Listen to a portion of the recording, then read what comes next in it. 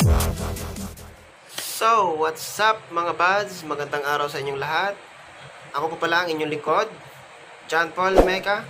At ngayon po, at topic natin ngayong araw ay ituturo ko sa inyo kung paano ang step by step ng pagtanggal o yung main issue ng camera.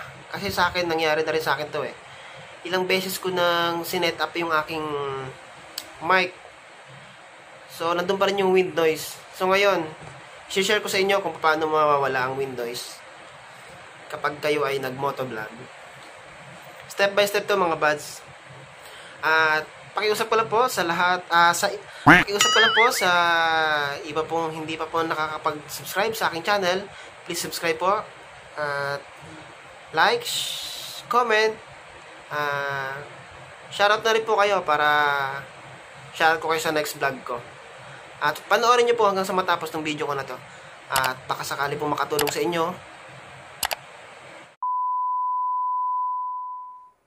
So mga buds, ito yung gagamitin natin. Kailangan natin ng gunting. Ito yung mic. Adapter. Gamit tayo ng surgical gloves. Yan. Ayan. So makikita nyo mga buds, ito yung mga camera kit ko. Umorder talaga ako kay Shopee nito eh. Para yung mga gamit ko hindi nakakalat. Ayan. So ngayon mga buds, umpisa na natin. So ngayon mga buds ay gugupitin natin itong gugupitan tayo dito ng kapraso dito sa may surgical mask.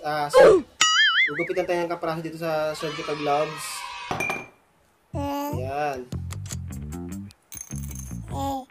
Ayan mga buds, kung nakikita nyo.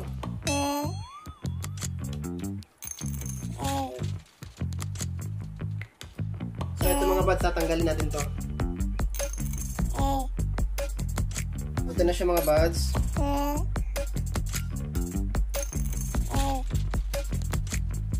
Ipasok natin siya sa loob. At tsaka natin siya ipabalot ng ganito.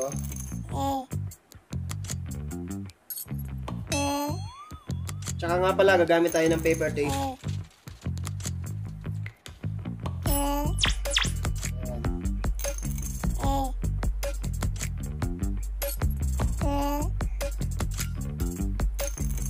Ayan mga buds. So ito mga buds yung helmet natin. Ayan. Wow. Evo. Nasa sa inyo na po kung saan niyo po ilalagay ang inyong mic. Saan po siya gustong ilagay. Kung gusto niyo po doon sa may sa may chin niyo po, dito sa may pisngi or dito sa may malapit sa inyong bibig. Pero sa akin po dito ko ilalagay. Para sigurado po tayo na narinig yung ating boses.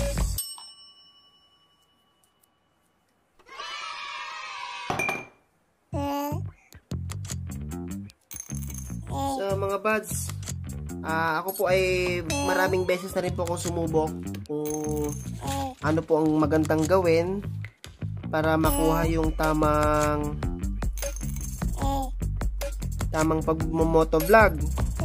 Bale, pumunta kami ng Tagaytay. Hindi ko rin siya nagamit ng maayos yung mic kasi nga puro wind noise ang naririnig. Umuwi din ako ng DRT. So ito yung video ko, pumunta akong DRT. Example po ito mga buds. Ayan, panoorin nyo po itong video na to.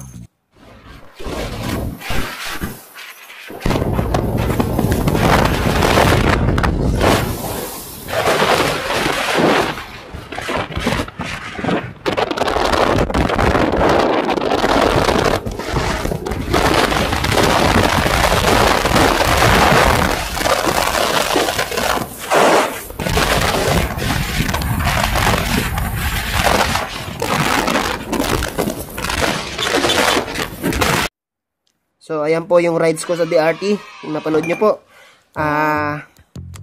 Puro hangin lang yung naririnig. Sa tingin ko okay na yung video ko. Ang ganda ng video, ang linaw. Yung salita ko hindi na marinig. Dito ko pa nilagay yun sa may malapit sa bibig ko, ha. So, ito. Iti-testing natin ito ngayon. Para malaman nyo kung effective talaga to. Papakita ko sa inyo. Lalabas ako mamaya. Solusyon sa wind noise.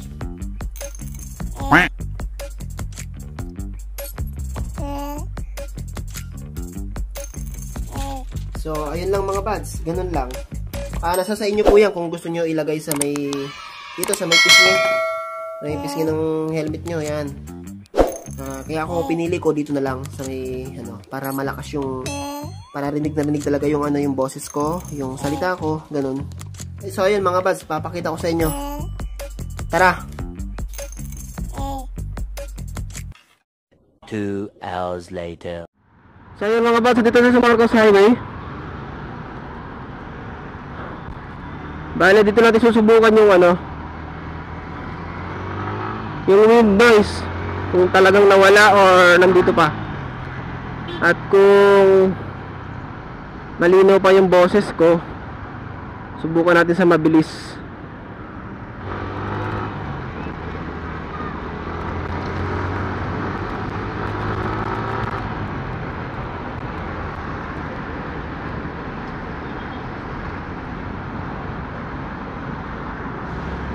Kaso maraming sasakyan mga buds.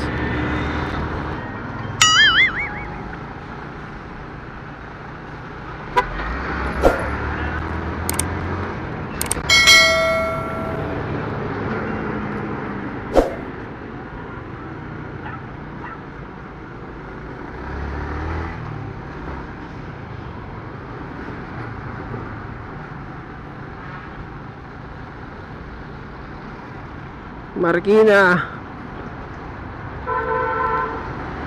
Grabe putik. Smoke weed every day. Ano?